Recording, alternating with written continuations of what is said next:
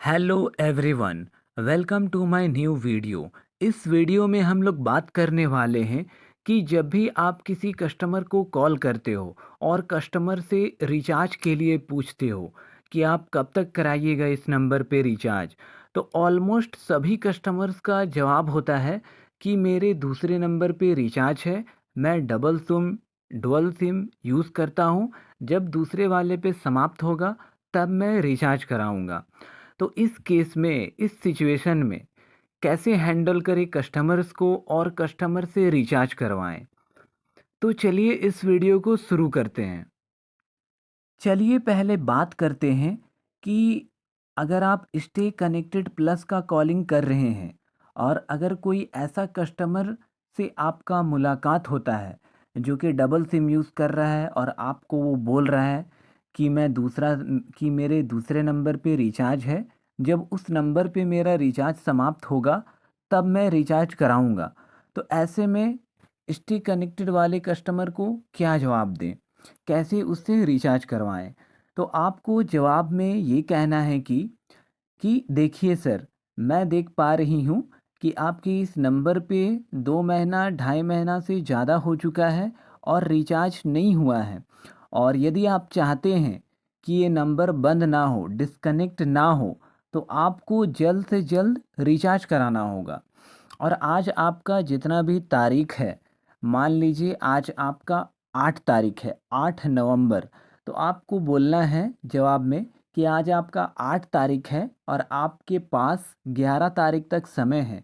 अगर आप 3 दिनों के अंदर इस पे रिचार्ज नहीं कराते हैं तो ये नंबर आपका परमानेंटली डिस्कनेक्ट हो जाएगा, बंद हो जाएगा। क्योंकि आप इतने लंबे समय तक रिचार्ज नहीं कराए हैं तो आपको रिचार्ज करा के नंबर को एक्टिव करना होगा, नहीं तो ये नंबर डिस्कनेक्ट हो जाएगा। आपको आउटगोइंग कॉल भी करना होगा।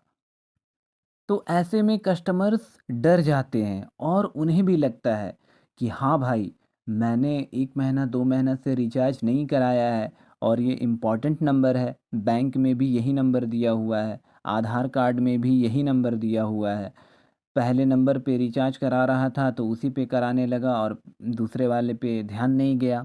तो ऐसे में वो भी बोलेगा कि यस मैम, यस सर, मैं करा लूँगा विदिन 3 डेज़, 3 दिनों में मैं रिचार्ज करा लूँगा।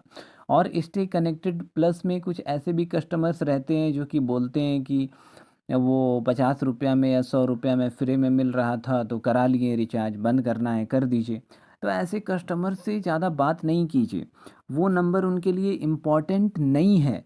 उनका मेन नंबर जो प्राइमरी नंबर है उस पे उनका रिचार्ज है और वही नंबर पे उनका आधार कार्ड में वही नंबर दिया हुआ होगा, बैंक अकाउंट में भी, तो उन्हें उतना टेंशन नहीं है। बस इफ़ेक्टिव कॉल जो आपका 1 रुपया 90 पैसा बनता है वो लेकर आप कॉल को लीड को सबमिट कर दीजिए, ज़्यादा उनसे बात नहीं कीजिए। जब वो अगर बोलते हैं कि वो फ्री में मिल रहा था तो मैंने ले लिया, ऐसे कस्टमर्स को। और अगर जो ऐसा नहीं बोलता है तो उन्हें तो आपको टारगेट करना ही होगा। उस कस्टमर को अपने क्लच में लेना होगा, अपनी बातों में फँसाना होगा और विदिन 3 डेज़ उनसे रिचार्ज करवाना होगा। और एससी प्लस में जब भी आप कस्टमर से बात कर रहे होते हैं तो 5 दिन 10 दिन का टाइम नहीं देना है रिचार्ज कराने के लिए। मैं अपने पहले वीडियोस में भी आपको यही बात कहा हूँ कि कस्टमर को हमेशा 3 दिन या 4 दिन का ही समय दीजिए। जैसे कि आप आज 8 तारीख है, 8 तारीख को बात कर रहे हैं तो कस्टमर को बोलिए आपके पास 3 दिनों तक समय है, यानी कि आज 8 तारीख है तो आप 11 तारीख तक को आपको रिचार्ज कराना होगा 3 दिनों में, 11 तारीख तक में, नहीं तो ये नंबर डिस्कनेक्ट हो जाएगा। बहुत सी जेसीएस कस्टमर को बोलती हैं कि 5-6 दिनों तक में करा लीजिए सर, सही रहेगा। तो कस्टमर के माइंड में एक आइडिया, एक लॉजिक, अब वही अपने से सोचते हैं कि 5-6 दिन बोल रही है तो 7-8 दिन में भी करा लूँगा तो चलेगा। तो ऐसे में आपका जो लैप एंड होता है 12 दिनों में, तो उसके बाद कराएगा तो आपको बेनिफिट नहीं मिलेगा, राइट? तो यही कोशिश करें कि 3 दिनों का टाइम दीजिए और कस्टमर को कन्विंस कीजिए कि वो रिचार्ज कराए। ये आपका स्टे कनेक्टेड प्लस का हो गया, ठीक है? ठीक है, मान लीजिए आप रिचार्ज रिमाइंडर का कॉलिंग कर रहे हैं और रिचार्ज रिमाइंडर में आप कस्टमर से पूछते हैं कि सर आपके इस नंबर पे रिचार्ज समाप्त हो गया है तो कब तक आपका प्लान है रिचार्ज कराने का। तो बहुत से कस्टमर्स जो सिंगल सिम यूज़ करते हैं वो बोलते हैं विदिन 1-2 डेज़ में मैं करा लूँगा मैम रिचार्ज।